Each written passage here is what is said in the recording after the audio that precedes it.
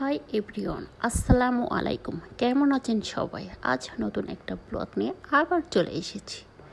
গ্রাম বাংলার রূপ কতই না সুন্দর।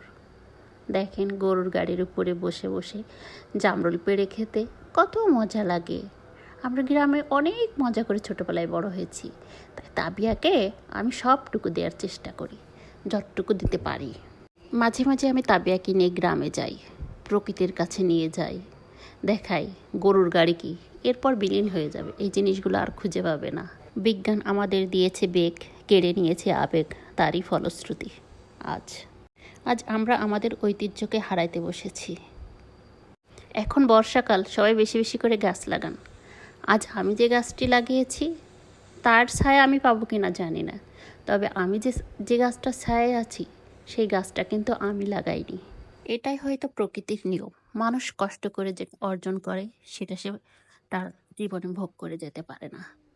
আজ একটা নিউজ দেখছিলাম, এক গৃহ পরিচালিকার বিদায় অনুষ্ঠান করা হচ্ছে। সেখানে কেক কাটা হচ্ছে, তাকে গিফট করা হচ্ছে, শাড়ি কাপড় দিয়ে সবাই মিলে একসাথে দাঁড়িয়ে তাকে কেক খাওয়াই দেওয়া হচ্ছে।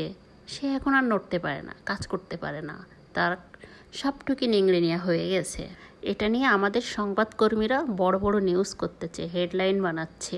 বর্তমান সময়ের ভাইরাল টপিক হয়ে দাঁড়িয়েছে বিষয়টি। কিন্তু আসলে কি তাই? সে আর পারে না, তার শরীরের তাকে দিয়ে আর কাজ হয় না। সে আরও বাড়িঘর নোংরা করবে এখন রাখলে, এই জন্য তাকে বিদায় করে দেওয়া হচ্ছে। এটাই হলো বাস্তবতা। এই তো তাবিয়ার আর এক বান্ধবী চলে এসেছে, এখন দুইজনে একসাথে দোল খাচ্ছে।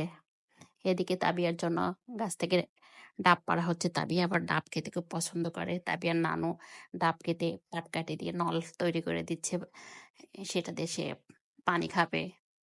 এটা শহরে থাকলে পাইপ দেখে, তো গ্রামে বলে আপনার পাটপাটি দেখাচ্ছে। আবার তাকে নারকেলের শ্বাস তুলে খাওয়ানো হচ্ছে। নানু বাড়ি বলে কথা, কত আদরে আছে সে, ছোট তাবিয়া। গুটি গুটি করে সে শুধু আর মজা আর মজা। জ্যৈষ্ঠ মাসের গরমে একটু ডাব টাব না খেলে কি শরীর ঠান্ডা থাকে? আবার সে এক নরম শ্বাস। এদিকে আবার দুইজনে খেলতে খেলতে এক বান্ধবী পড়ে গেছে, তারে আবার টেনে তুলতেছে। এবার আবার সে ঘুরতে গেল মাটির বাড়িতে। মাটির বাড়ি তার আবার পছন্দ। আমার মাটির পরি এখন মাটির ঘরে উঠে গেছে।